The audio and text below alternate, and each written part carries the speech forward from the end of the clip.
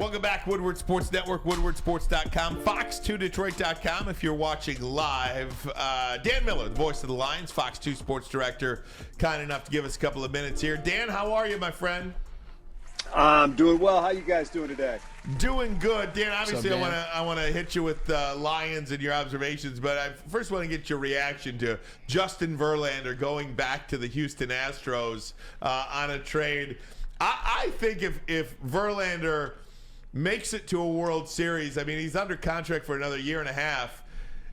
Does he go into the Hall of Fame as an Astro? I mean, I think there's a pretty good chance of that, considering the fact that he'll have won 3 World Series there. I don't know all the ins and outs. That seems to be a fluid situation that people know more about than I do. But, I mean, there's a good chance he's going to have 3 rings with them at some point here. But I don't know, what I've seen shifting rules as to how that thing works. Yeah, no doubt about it. It is interesting, though, something to keep an eye on. And I'm sure we'll check in with you later today as you have updates on the Tigers and their trades with Eduardo Rodriguez and Michael Lorenzen. But, Dan, I do want to ask you about the Lions. Team had a day off today. But just overall, through 1 week of camp, what have you seen out there from these guys? Anything catch your eye? Yeah, it's just business. I mean, it's, aside from Shane Zylstra getting hurt yesterday, which was unfortunate, it's just been guys out there doing their jobs, getting ready. There's obviously been some talk about all the expectations that they have on them this year, but also the realization that they haven't done anything and they need to go out there and earn things now. Being the favorite in the division won't put anything on the scoreboard when you get to Kansas City on the opening Thursday night. So, I like some of the veteran leadership that they've gotten, getting guys like Cam Sutton and C.J. Gardner-Johnson. I think that's really going to help that defense, getting Tracy Walker back. And then from there, it's just keeping an eye on some of these young players and their development and whether or not they can come along. Aiden's going to be fine, but guys like Josh Paschal and, right now Jerry Jacobs starting at that other corner spot, I think he's a guy to keep an eye on. Kirby Joseph, does he continue to ascend? I think there's so many young guys on that defense. Levi Onwuzurike is practicing. Ali McNeil has changed his body and, looks like a different guy out there. So I think one of the things that can really kind of give some rocket power to this offense is young guys taking the next step this year. And they've got so many of them playing. And that doesn't even take into consideration Jack Campbell, who's probably going to end up starting, and Brian Branch, who is really pushing for playing time as well. Hey, Dan, you mentioned Josh Paschal. You had a chance to feature him on Fox 2 yesterday. I forget about this guy. I totally forget about him as part of a unit that he could really contribute this year. What kind of sense did you get from Josh Paschal about his ability to contribute this year? I'm excited about him because of the way the coaches feel about him. And it can't really be based on a whole lot that we saw last year because we didn't see much last year. Had a couple sacks in the late season game against the Bears, but for the most part, didn't play a ton, was hurt during camp. I don't think he ever felt like himself. But if you go back to when they drafted him in the second round, they saw this guy as an inside-outside player that could provide some inside rush on the quarterback, also shift outside if you needed him to. He's versatile in that fact. And they absolutely love the kid. They love his leadership. He's a multi-time captain at Kentucky, and they just feel like he can, bring a lot to this football team. But being healthy this year is what you hope makes all the difference and allows him to be the kind of player they thought they were drafting. So I got an eye on him. And just because of all the things that I heard from the coaches after they picked him, now I want to see, okay, you're healthy, you're here, you're ready to go. Let's see how this thing works out. And I think, to your point, he's one of the guys, again, go back to young players, that if they can take a next step, man, that's just fuel for that defense getting better, which it has to get better than where we've seen it the last 2 years.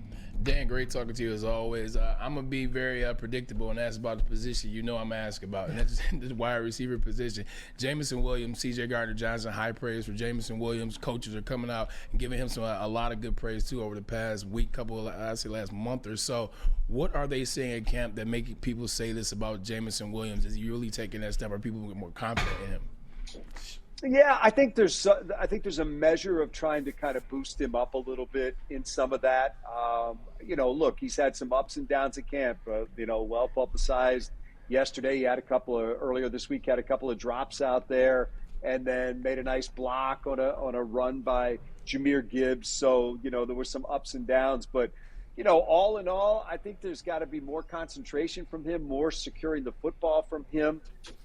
We've got to see he and Goff come together a little bit. Look, the physical tools are stunning. His speed is otherworldly. It is, when you see him with the ball in his hands and he takes off, there's just not many guys that can do what he can do. But it is running the right route, catching the football, securing it, and then making a move and going. And I think all those things are things that he still has to work on. Look, I still think they're really excited. And Braylon, you know how it is. We ride the roller coaster with this guy. It's like somebody says he has a good practice and people are up on him. People says he has a bad practice and people question whether or not he's dedicated or whatever. We're not going to know until week 7 what we're dealing with here, and then week 8, week 9, week 10, week 11, and on throughout the season. I think, look, the onus is on him to get this thing done. The onus is on him to get good work and practice in during training camp when he's allowed to be with his teammates. And, I see him out there working hard. I just think a little more consistency in terms of catching the ball is probably what you're looking for. But the physical tools, like I said, there's not many guys that do what he can do. And I would love to see it all come together for him. Yeah, quick follow-up to that. How much of Marvin Harrison Sr. being here, how much is that going to help him through this process of the first 6 weeks of the season? I think how much is it going to help him?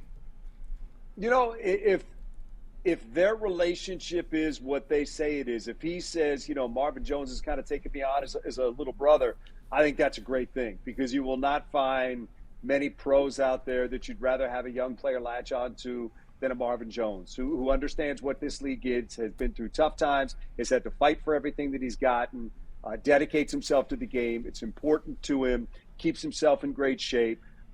Look, if you're a young player and you're on a team with, I would say, Marvin Jones, Amon-Ra St. Brown, and I'd even say Khalif Raymond, guys who have been through it. One's a 4th-round pick. One had to play his way, kind of through different guys in Cincinnati and then got a big contract and made good with it in Detroit. And the other guy, Khalif Raymond, bounced around this league, and now he's a part of this football team. Had a really good year last year.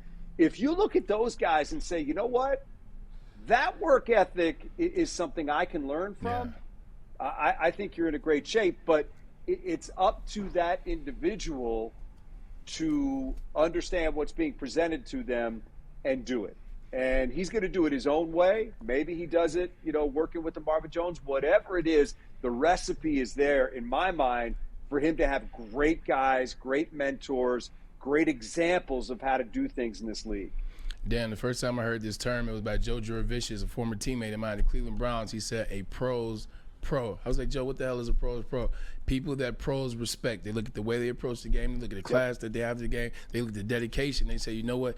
That guy is a pro. It sounds like he's surrounded by a bunch of pros. Yeah, there's no doubt. I mean, look, everybody knows what Khalif Raymond's work ethic is like. 202 balls on the jugs machine after every single practice, bar none. He's out there. And the pride that he takes in his effort. We talked about Marvin and what he's been through and the way that he has presented himself since we've gotten to know him here in Detroit. And then, sit down sometime and talk to Khalif about what he's been through. All these guys. I mean, look at what Khalif went through with the Jets, dropping punts, not being able to field them cleanly, thinking he didn't belong in the league. And then all of a sudden, he lands in Detroit and he finds things, but he just keeps grinding. He's one of those guys that will never allow himself to get comfortable. Look, Braylon, you've been there. You understand it. You know it. When you see it, you know it. There's a respect certain guys have for it. Everybody approaches it different. But, man, it's so much of this league is getting out of it what you put into it. And you've got some great examples of guys who put a lot into it right there in that position group. Hey, Dan, can J-Mo still be with the team at all once the season starts? What happens once that suspension kicks in? He's got to leave. after final cuts. He cannot be in the building. Man. There is either week 3 or 4 where he is allowed to come back into the building and work, not with the team, but take advantage of team facilities. It's either week 3 or 4 where he can petition the league to come back in there. I'm not sure which one. But so the answer to your question is, for part of that time, he will be not with the team and not allowed to be with the team. But then there is a period of time where he's allowed to come back. And I think that's important because you want him to be able to hit the ground running in week 7 and not just, try to find his feet under him in week 7. So there is a ramp-up period there where even though he will be under suspension, he will be allowed back in the building, not on the practice field, not working out with his teammates, but at least there and able to take advantage of the facility. Okay. How about this kid Denzel Mims that comes over from the Jets from Baylor? 3 years, he's a top draft choice. That is one of their top draft choices. What have you seen in him, and do you think he has a shot at making this team? I think he has a shot, obviously, because I think there's a spot that's open right now with, the fact that Jameson's not going to be there for the first 6 weeks. Look, he's got the size, the big guy. He's got the speed. I don't know that we've seen anything yet on the practice field that blows you away. I think he's been there and consistent. And I'll say this, look, he's probably just figuring things out here. Yeah. He's obviously been through a lot, talks about the fact that he's got a chip on his shoulder. I would kind of reserve judgment on him for a couple of weeks as he's a week here into figuring out the playbook and figuring out Jared Goff and getting a relationship with him and an understanding with him about where they are on the field. You can see the physical tools, the size and the speed are absolutely there. And he runs like, again, he's not Jameson, but he runs like a lot of guys in this league don't run. He's a sub 4.4 guy, and that's really impressive. So let's give him a little bit of time and see what happens. But again, a lot of baggage there from what happened in New York. Yeah. But the nice thing is you have an opportunity here to have a clean slate, fresh start, go out there and prove to this team what you can do. And they're clearly giving you the opportunity for it. And there is a chance to make the roster. It's not like this thing is locked down. There's guys that are competing here. Hey, Dan, I wanted to ask you a little something about one of your former teams that you used to like, the Washington Commanders, former Redskins, and their whole new makeup now. I thought of you when this finally went through and Daniel Snyder passed the torch along to Josh Harris now. What's your take on Washington, name change, all of that kind of stuff? Where do you think they land? Are they going to knock down RFK finally and park their stadium there? What's your take on the whole D.C. scene? Let me say this. I've spoken to a lot of friends and family back in D.C., and it was a day for a party when that ownership finally ended. And I was kind of leaving D.C. right as Snyder was coming in, so I never really had to deal with him. But I had a lot of friends that in the business that I talked to often, and it was miserable. And we've all heard the stories, and it was, one of the worst ownership groups that we've ever had in any sport. And there's all sorts of reasons for that, from, office culture to apparent financial, issues to, him and issues with females that worked there and just a bad culture within the building. And, just running through coaches and being, meddling and things like that. And so I'm happy for the people there that are rid of that and have a chance to now just move forward and try to get this thing back to being one of the proud franchises that it was for a long time in the National Football League. So, they will have a new stadium. There's no doubt. They desperately need one. That thing obviously will take some time. But the good thing is nobody wanted to deal with Snyder. So now these doors will open, whether they do it in Virginia, which I've heard about, whether they do it in D.C., whether there's someplace in Maryland other than where it is now where they'd want to do it. I mean, you got a lot of, between the DMV there, you got a lot of space that you might be able to do it. And now I think people will be more than willing to work with them on that. And it's It's a good day for the NFL, and it's a good day for people in Washington that are fans of that team. Just put it back where RFK is, for crying out loud. Hey, Dan, final question for you, and sticking with the owners. Martha Ford was at practice the other day. She got the game ball, or a play was drawn up for her. Sheila Hamp is getting chants of Sheila. I mean, I never thought in a million years You'd ever hear that. I would hear a Lions fans cheering the ownership. Lions fans. But you cannot help but see this thing turn. And I think we really get an indication of that on this Inside the Den. This series that the Lions put out is really incredible, and you get to see just how special this culture is within the Lions building. Just seeing Sheila around, or seeing Martha get just your take on Lions ownership and culture, because it's a complete 180 from anything we've ever seen in our lifetimes anyway. Yeah, I think once Mrs. Ford came in, there was clearly less patience than her husband had to a fault. I think we can all agree that one of the issues with Mr. Ford was that he kept people for too long. He was loyal to people and tried to let them do the job that he hired them for, past the point where most people knew that it wasn't going to work out. She walked in, she was behind, letting Tom LeWan go, letting Martin Mayhew go, very much involved in getting rid of Joe Lombardi and changing the offensive coordinator back in 2015. And then I think when Sheila came in, what I would say about Sheila is this. She looked around and did a deep dive enough to understand that the culture there that had been put in place and cultivated by Bob Quinn and Matt Patricia was not good.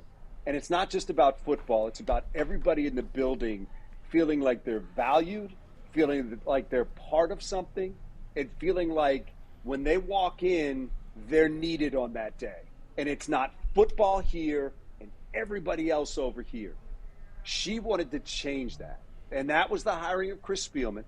And then with Rod Wood, Chris Spielman, her, Mike Disner, they all decided to change the entire scope, and they looked for people that would help them do that would have this collaborative effect of people working together.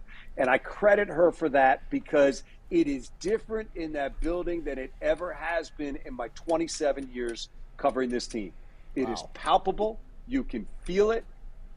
Look, you ultimately have to win. What I'm saying here doesn't matter. Yeah. But part of this is what helps you win is when everybody in the organization is pulling in the same direction. Everybody in the organization feels some value for what they do, whether it's selling tickets or public relations or media relations or playing linebacker or playing quarterback, whatever it is. She has put that in place by putting the people in place that prioritize that. And I give her immense credit for that. And I think this rebuild feels different. We'll see where it goes from here, because, again, ultimately you have to do it. But I think you mentioned Inside the Den, when you see the way that –